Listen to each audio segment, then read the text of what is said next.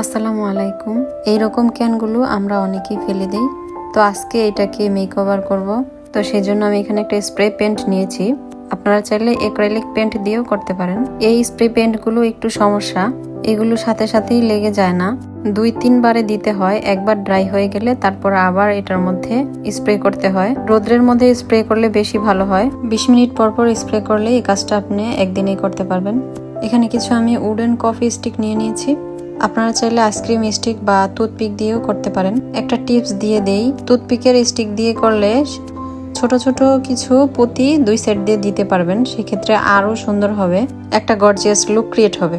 ভিডিওটা ভালো লাগলে সাবস্ক্রাইব করে পাশে থাকবেন। জানি না কতটুকু বোঝাতে পারছি। এরকম আইডিয়াগুলো যদি ভালো লাগে থাকে তাহলে অবশ্যই কমেন্ট করে জানাতে পারেন, তাহলে এইরকম ভিডিও দিতে অনেক আগ্রহী হব।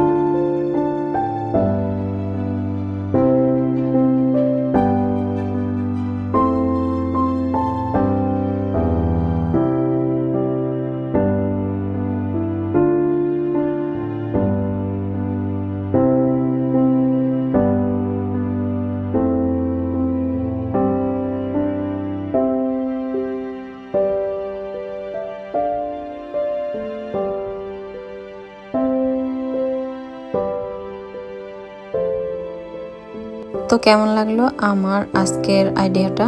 আজকের মতো এই পর্যন্তই। ভালো থাকবেন। আসসালামু আলাইকুম।